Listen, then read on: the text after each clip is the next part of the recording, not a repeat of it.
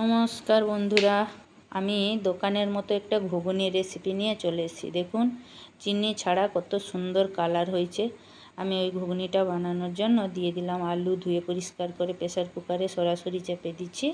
তারপরে দিয়ে দিচ্ছি 2-3 ঘন্টা আগে ভিজিয়ে রাখা মটর। আপনারা চাইলে একটু বেশিক্ষণ ভিজাবেন, তাহলে মটরটা ভালো করে ভিজবে। আমি নুন দিয়ে দিলাম আর পরিমাণ মতো 1 গ্লাস মতো জল দিয়ে আমি ওটাকে 4টে মতো সিটি মেরে আনবো।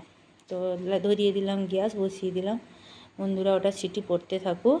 তারপর আমি কড়া বসিয়ে দিয়ে তেল দিয়ে দিচ্ছি 3 চামচের মতো।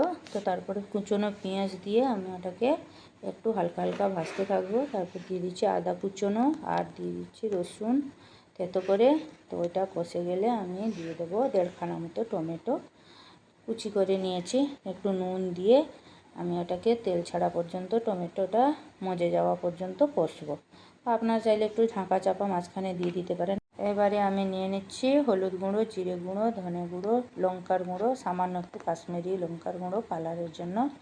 তো ওটাকে কষে নিয়েছি, তেল ছেড়ে গেছে। আমি ডুমো ডুমো করে এইভাবে আলুটা কেটে রেখেছি, দিয়ে দিলাম, এতে কষাতে থাকবো। তো আপনারা চাইলে আমার চ্যানেলটাকে সাবস্ক্রাইব করে আমার পাশে থাকবেন, অবশ্যই কমেন্ট করবেন, ভুল ত্রুটি ধরবেন। তো আমার মটরটা এইভাবে গলে গেছে, সেদ্ধ হয়ে গেছে। আমি মটরটা দিয়ে 2-1 বার নাড়িয়ে একটু উষ্ণ জল ঢেলে দিচ্ছি।